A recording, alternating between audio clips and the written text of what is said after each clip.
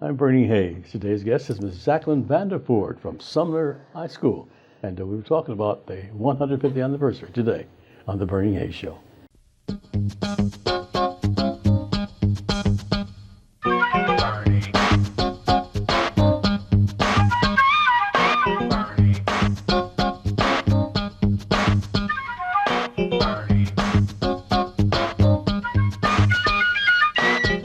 And welcome back. My guest is Jacqueline Vanderford. Ms. Vanderford, welcome. Thank you. I'm beyond excited because I'm here to talk about the 150th anniversary of Sumner High School. We opened in 1875 and we have been going continuously for 150 years. Wow. This is very important to you. Very important because for a black institution in St. Louis, to go 150 years is very important and very historic. And in the beginning, our story, of course, the Sumner story has a beginning. And it really began in 1865 when the Missouri those legislators in Missouri in 1865, they had a bill to educate slave children. But attached to the bill was white women could not vote. So I think that's why the bill passed. Oh, wow. You know, Okay. they have the attachment. Sure. So it passed, and they had to have schools for slave children in 1865 in the state. And most of them are closed or, no longer in operating. So, and they call them color schools. They were number 1, 2, 3, 4, 5. Simmons was one, and it relocated and remained for a long time. Really? Simmons? Wow. Yeah, in the Ville, near Sumner. So those parents who fought very hard to have a high school because they felt, well, what are these children going to do? They've been to elementary school. They would not have a high school for the colony. So the parents fought hard. And we know when we fight, we win. We win, yes. So finally, in 1875, they said, okay, we'll have a high school. And it was a hand-me-down school. You wore the hand-me-down clothes from your siblings. Well, they gave us Washington School on 11th and Spruce. It had been closed because the air quality was terrible. Okay. So the white kids, you can't go there. So they gave it to you. Who did they send? Sumner. And again, the parents said, oh no, this school is terrible. So they said, okay, we'll move you. And they moved to another location near Kiel Auditorium. And it was prostitutes, pimps, winos that the kids had to, walk through every day. And I think Julius Hunter, one of our alumni, wrote a book about that era, Priscilla and Babe. And it talked about how it was then. Really? Yeah. So another fight. And and if you read some of the stories about how they fought, it'll make you cry. Really? It's sad that they only had, they didn't have a girls' restroom, a boys' restroom. They just put them all together. So, again, even with Mr. Tandy, they fought. And finally, William Torrey Harris, the superintendent of schools, he okayed to build the school on the hill, the jewel of the hill in the Ville, Sumner High School. The present location. Yes, and that's where we've been since 1910. Wow. Yeah, and it was a jewel in terms of the architecture, and it's still a beautiful place. It certainly is, yeah. Yeah, and they have done a lot in the last few years to keep it up. So our story began downtown, and we arrived in 1875, and we're reviving because Sumner has a culture of resilience. I'm well aware of it. Well aware of it, yeah. You know, and in 2003, we started the Sumner Alumni Association, and I know you had me on back then to talk about, because it was a grant from the St. Louis Public Schools Foundation. Every school could have alumni. Sure. And Linda Rikers, who worked downtown, she knew I loved Sumner, so she said, would you all like a grant? Got the grant, $5,000, and we just pulled together. And I met so many people who bleed maroon and white like me, can't you tell? And we just started the organization, you know, with a constitution, and we went from there. So it's been like 22 years that the organization, we've had different presidents. Our first president was John Abram, and then I was the second president in 2008 when Dr. Adams came. And I think he had a mandate that we're going to close Sumner. So he asked... Yes, that was a rumor around it. Yes. And he wanted to speak with Joe DeBose and Marvin Niels and me. So we went down to his office, and Joe and Marvin went in first. And they talked, and when they came out, I said, what happened? And Marvin told me, he said, I told him he would be the most hated man in St. Louis. That's true. If he came here and closed Sumner. I said, you told him that? I said, well, let me see. How can I say that in a more positive way? So Dr. Adams stuck with us. He's given us a lot of chances because the school did, you know, continuously lose population and, you know, enrollment and But you can't close an institution like that. Right. I mean, But that's what he learned. Yeah. That's what he learned. And he always says, you and I started together. You know, he is superintendent and me as president. And he's worked with us, and really, Sumner could have been closed. But when we fight, we win. So that's what we've done. I couldn't imagine Dr. Adams even contemplating closing Sumner. They did the same thing. I'm from Middle Phillips High School in Chicago. And like I said, when they win, when we fight, we win. They were going to close that. And but the community wouldn't allow it. And I saw the St. Louis community would not allow Sumner High School being closed. When is your celebration and where? Okay, the celebration is July 26th at the Hyatt Regency downtown on 4th Street. And we are, you know, classes are buying tables. And though the decade of the 70s, they've really stepped up because, you know, we're the old people. And and the 80s, I call them my 80s babies.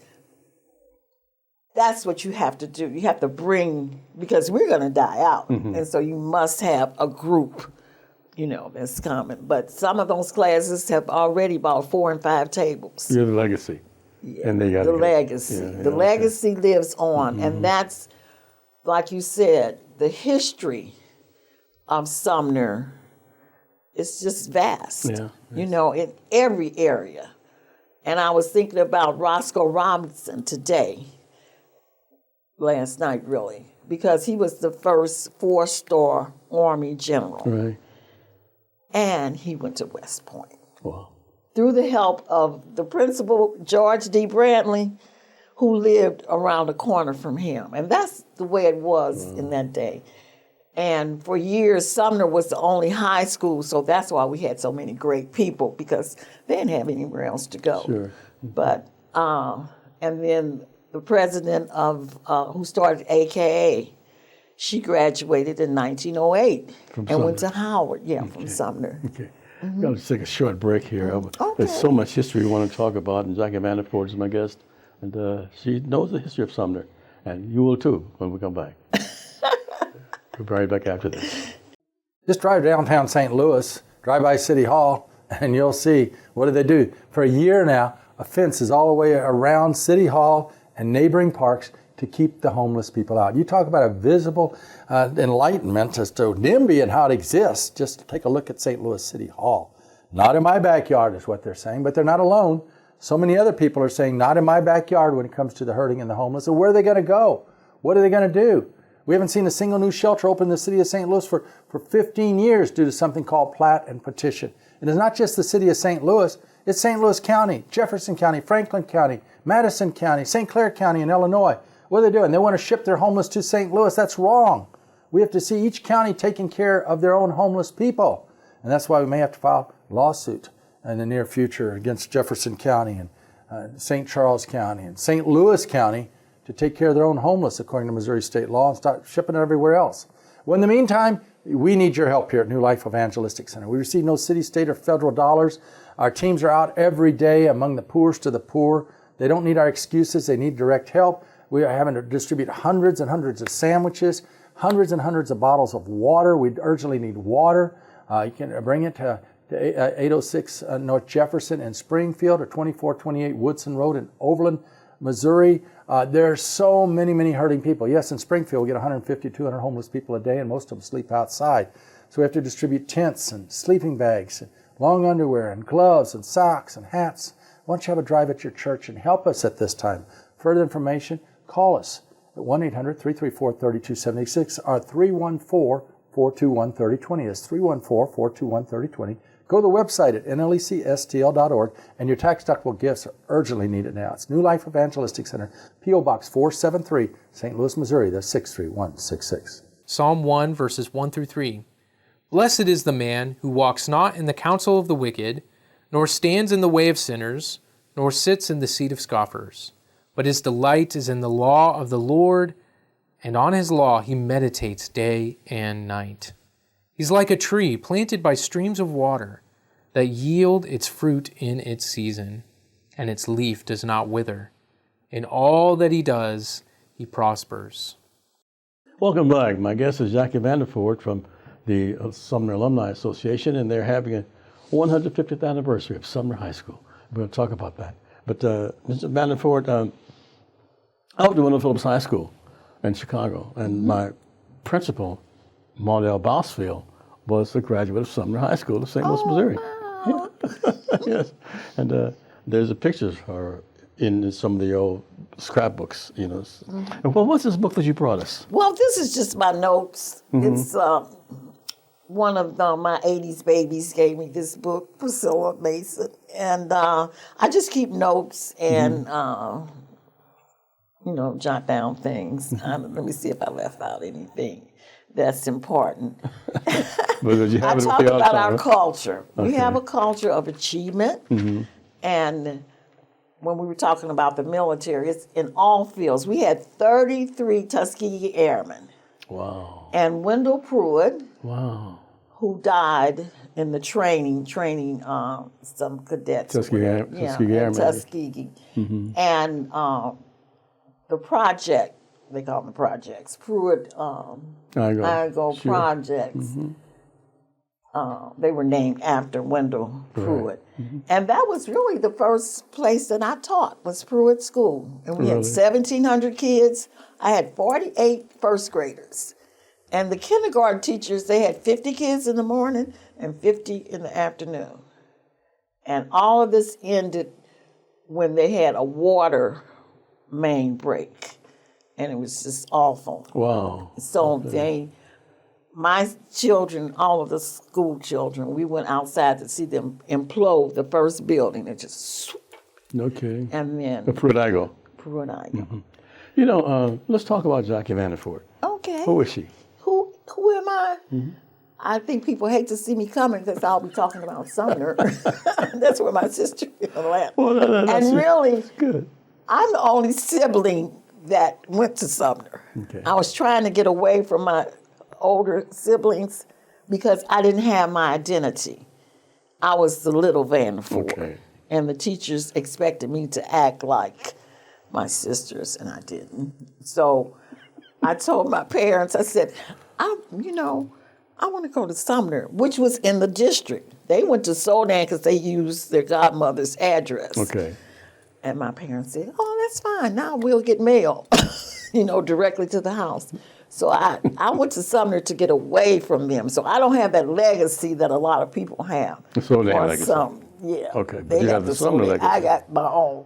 But so I went there in 60 and graduated in 63, which was a big civil rights year. Yeah, sure. Civil rights. But we were 17 and it didn't hit us, until we realized we went through a lot in 63. Yeah. And my class was featured in the Ebony magazine in May of 1963 because George Brantley gave out his 10,000 diploma. So in the archives, it's a beautiful story about Sumner. And John Johnson was my graduation speaker for my class in June. John Johnson from Johnson Publishing? Yeah, from Ebony and Jay. Sure. Yeah. Johnson And we Publishing didn't know, we weren't really interested, But as we look back and look at, all the things that happened. And at Sumner, I had a friend, Hattie Barker, she's deceased.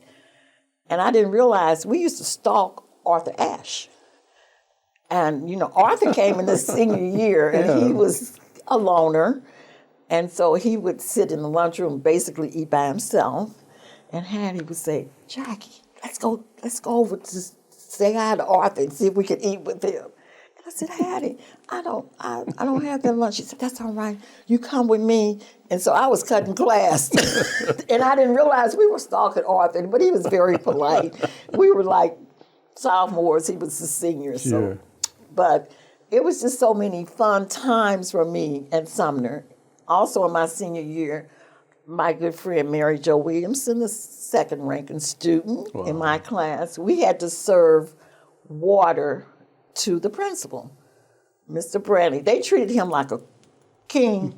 He ran that school probably sleep because when we would go take him his water, they would polish up. It was all silver. And we had a tray. And then when we get to his office, and I would say, Mary Jo, it's your day to wake him up. I woke him up, yes. She said, no, you. So we would go in, and he would be resting. And the school, it was wonderful. Yes. And then he would say, hello, girls, and thank you for my water. That's great. So I had a wonderful time at Sumner. In fact, my class, we just celebrated 60 years a couple of years ago. That's beautiful. And I became an educator. I'm a 40-year educator. I started at Pruitt, and I ended up at the admin building. Wow. So That means downtown building. the downtown, yeah, 801. Okay. 801. Who is this? This is Charlie. He's named after Sumner. The U.S. Senator, the abolitionist, that's what Sumner was named after. Because when it started in 1875, it was a high school for colored kids or colored, children. But I got this we had an auction at the 140th anniversary at the Chase. We had 800 people. And I got him, so that's Charlie, my dog, in the neighborhood. I want to put neighbor back in hood. I think it meant more. Now, how can we get tickets and more information about the Well, we 150th are, anniversary? I think you're going to put up my information. You can call me. The tickets are $100, and we're selling like tables, however you want to do it. If you get 10 people together, and that information, you can call me. Also, Give out the phone number. okay, 314-265-9541. And your email is? jvanderford80@gmail.com. Okay. Yes. My guest is Jackie Vanderford from the Sumner Alumni Association. I noticed you dig down in Sumner. Oh, yes, yes. Tell us about We the have a lot of bracelet. pride in our maroon and white. And as I said, we bleed maroon and white. And it's so good to see, you go to events and the maroon and white just stands out. And people know Sumner, because we used to, before school started, we would have a rally on North Kings Highway and Natural Bridge. Okay. And we all wore maroon and white. They'd be out, my grandmother went to Sumner, my mama went to everybody, and we would have the bulldog out there, the mascot, and people would we were passing them out information. We were promoting our homecoming, which is always in October. Okay. And they thought that they needed to give money, and they did. We gave them pencils, but this one lady, the first year, I said, oh no, we just want to give you information. And she looked at me as if to say, how dare you not take my change? I said, oh, I'm sorry, thank you. So that was, and it's just amazing when, all the people who come, who would drive by and say, Sumner, Sumner. And some of them would know me. I'm Miss Vanderford, some of my students. Yeah. So it's fun. We're the New Life Evangelist Center 2428 Woodson Road at Overland, Missouri. And Reverend Larry Rice has been providing services for those in need for more than 53 years. Mm-hmm. We're here at 2428 Woodson Road, Overland, Missouri. Back with Jackie Vanderford after this.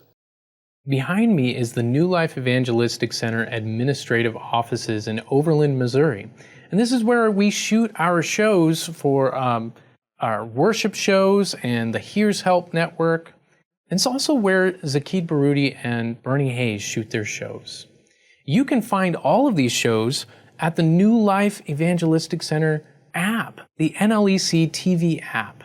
You can also access them on your tablet or on your computer. And this is how you can stay up to date with all the things that New Life Evangelistic Center is doing. There are so many different programs that we've got going on, and God is doing many exciting things through partners like you. So if you want to support the work that New Life is doing, then please access and give through the app. You can go online at nlecstl.org or give us a call at 314-421-3020. Again, 314-421-3020. But this is the best way to get plugged into the amazing work that New Life is doing through people like you. And so there is something for you to get involved in today. And we are so thankful for our partners. Only through the grace of God and your gift are we able to bless others today. Today's subject, Mr. Richard Dick Gregory, an American comedian, civil rights activist, social critic, writer, entrepreneur, and actor, born October 12th, 1932 here in St. Louis, Missouri. Known for the movies Hot Chick in 2002, ABC Stage 67 in 1966, and Reno in 9/11, that is, in 2003. Dick Gregory, the parody satirist who transformed cool humor into a barbed force of civil rights in the 1960s, then veered from his craft for a life devoted to protest, that is, and fasting in the name of assorted social causes and health regimens. During the turbulent 1960s, Gregory became a pioneer in stand-up comedy, but for his no-holds-barred sets in which he mocked bigotry and racism. He was married to Lillian Gregory. Dick Gregory passed away August 19, 2017, Sibley Memorial Hospital in Washington, D.C. Dick Gregory. Are you having a hard time right now? A lot of people are.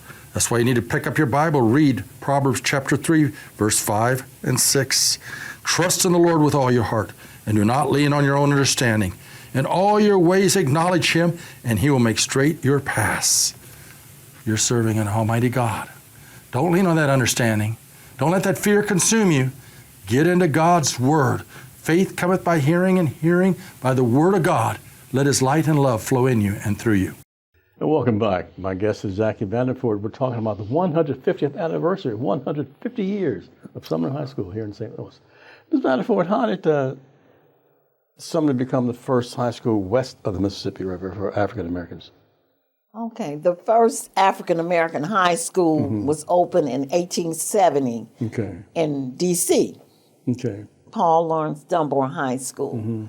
So that's how we got the distinction of being the first West of the Mississippi. Yeah, west of the Mississippi. Okay. The thing about Dunbar too in D.C., they started in houses. They didn't have a school. Okay. So they, where we basically started in a school.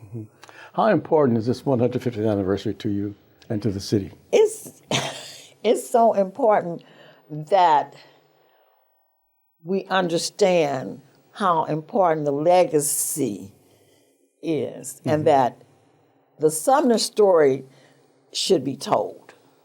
And however we can get the story out, because we started the advisory council probably about 5 years ago under Dr. Adams. He gave us a chance to change, to make Sumner better. Superintendent of Schools. And the advisory council was really founded by two guys who did not go to Sumner. One is an architect, Aaron Williams, and he learned about Sumner because he went to WashU. Okay. And, Sumner's building is like, everybody tried to copy it, Architectural. Yeah, and the architecture. Yeah. So, and then the other guy who's over Shakespeare, he's from New York, and they couldn't believe they want to close that school. So they helped bring in a new program, a pathways in the arts. Okay. And it's been quite successful. Now, how can one participate in the 150th anniversary? Okay. The information that was given on the screen, I hope everybody can see it. Okay. Tell us what it is. Okay. You can call me at 314-265-9541, or you can email me at jvanderford80@gmail.com. Is there a website? And I don't know that. We have a website. With Betty Lewis. Yeah, Betty Lewis on and Facebook. Kim Garrett is our president. Okay. And That's fine. get in touch, and it's $100. We're taking tables that would be it's 10 at a table, so it'd be $1,000 for 10 people, and the sales are going good. Is this a major fundraiser for the Alumni Association? Not major. Not really. Our homecoming is the major. In Okay. October, that's where we make most of our money. Okay. And all the monies that we have raised through the years, which has been hundreds and thousands of dollars, has gone to the school, the students, and the staff. Great. It's all spent on them. How important are the students to you? Oh my God. They're our future. And they're diamonds in the rough. And people have to understand that if you keep working with them, it's a diamond in there. And they will go on to do great things. I understand that quite a few of your students are doing great things now. For instance, the principal the president of Harris State University. Yeah, she was my student at Williams Middle School. She went to the military high school. But I met LaTanya. Yeah, that was my baby. That was my baby. That's wonderful. I was her mother at school. Okay. And I know that the track is named after the Tuskegee Airmen, and then Dick Gregory and Ron. That's the track. The football field is named after the Tuskegee Airmen. And the tennis courts, Arthur Ashe. Tennis courts. So a lot of folks went to Sumner High School, right? You got a lot of legacy there. We got a lot of legacy. And we will be on the field, the Tuskegee Airmen field, for the cover of our souvenir booklet. We're going to make 150. Okay. Yeah. I want to thank you so much for being with us today, and good luck on the 150th anniversary for Sumner. Thank you, Bernie. He's always supported us. He knows the importance of legacy. Thank you so much, and thank each and every one of you for supporting the New Life Evangelistic Center. I'm Bernie Hayes, and have a good day. See you next time.